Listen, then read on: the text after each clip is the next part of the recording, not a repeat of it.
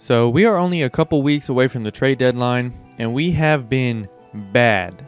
I mean, we're only 19 and 27 on the season, which puts us at the 11th seed, but we've been as low as the 14th seed in this time. So our pick is looking pretty good, but we need to lose a couple more games if we're really going to get one of the top guys. But out of all of our losing, we do manage to get our guy Vooch on the All-Star team. He's currently averaging 23 points, 12 rebounds, and 3 assists on 49, 40, 74 splits. As far as any other notable All-Stars, oh yeah, there's Al Horford. Yeah, you heard that right. He's averaging like 18 and 10, shooting 40% from 3 for a Thunder team that is 14th in the West. So there's that. Al Horford is an All-Star. Other than that, things are pretty normal. Oh, hold up. I'm getting a phone call. I'll get back to you guys in a bit. Trade season, huh? So that was Philadelphia. They really wanted Fournier, and they offered Danny Green and a 2023 Philly first-round pick. I told them I'd get back to him because I had another call incoming. It was Trahan Langdon. He got on the phone, and he sounded pretty adamant about getting Fournier on his team, and he offered Eric Bledsoe, a 2025 unprotected Milwaukee first, a Cleveland and Utah second-round picks in 2022. So while Bledsoe does have one more guaranteed year on contract after this one, the extra seconds plus a more valuable first-round pick made me pull the trigger. Besides, this way we aren't helping our Eastern Conference competition.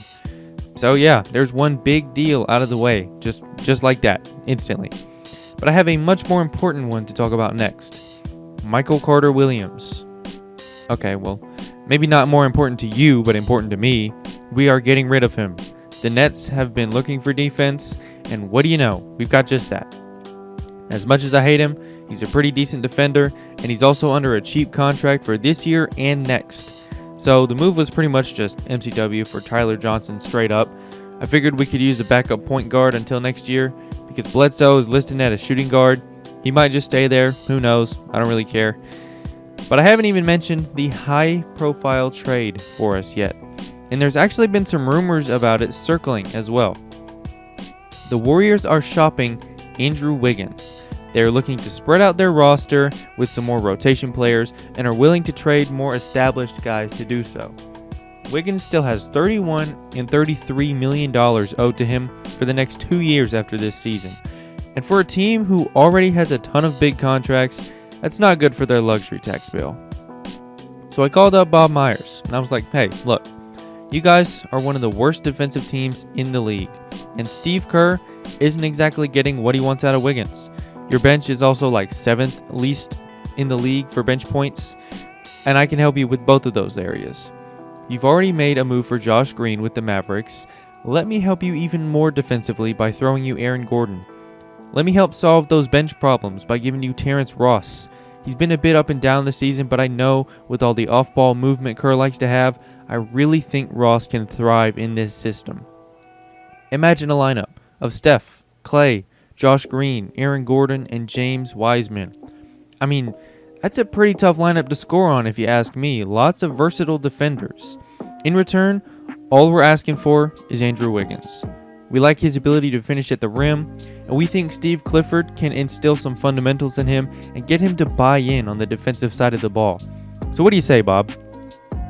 It was at that point I realized he hung up the phone about 5 minutes ago, and I've been talking to myself this whole time. Nah, I'm kidding. He accepted the deal. He did what kept Birch, though, so we threw him in there. That will give Bamba some more run, if Coach will play him, that is. So, yeah, that was our trade deadline. Pretty eventful, if you ask me. We look completely different as a team. Our current starting lineup for probably the rest of the season is Tyler Johnson, Bledsoe, Wiggins, Aminu, and Vucevic. So yeah, we're still pretty freaking bad. But it's not all bad. It should give us a pretty good pick, as I've said a million times before. But I haven't shown this team at all, now that I'm thinking about it. And we're going straight to the offseason next. So let me show you guys what we're actually working with. We're here in Houston on whatever day it is, playing against Oladipo and Wall. Speaking of Oladipo, he's looking like Oladipo right there. Meanwhile, we get the fast break, and our new acquisition, Andrew Wiggins, is getting an and one.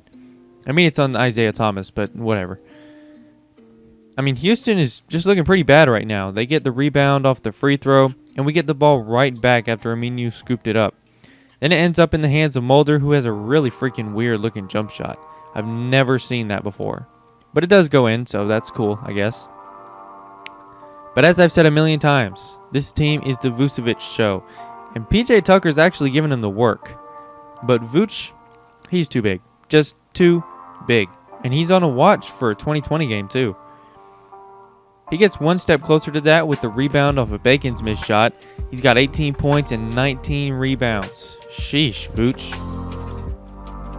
Vucevic has his 20th rebound already. We're just hunting for those 2 points. So that's exactly why he's taking the ball up the floor. Lucky for us, Eric Gordon is guarding him, so you already know how that ends. Of course he scores on Eric Gordon. What did you think would happen? So, he's got 20-20. And that's it. That's kind of really all I came here for, so let's get out of here. So you got to see Wiggins score 2 points and Vucevic get a 20-20 game. And that's probably going to be the story for the rest of the season, if we're being totally honest here. Because we suck, man. We definitely suck. But who cares? As long as we get a top pick in the draft, I will be completely fine. Speaking of, I've got to have some conversations with our scouts. I'll see you guys at the draft.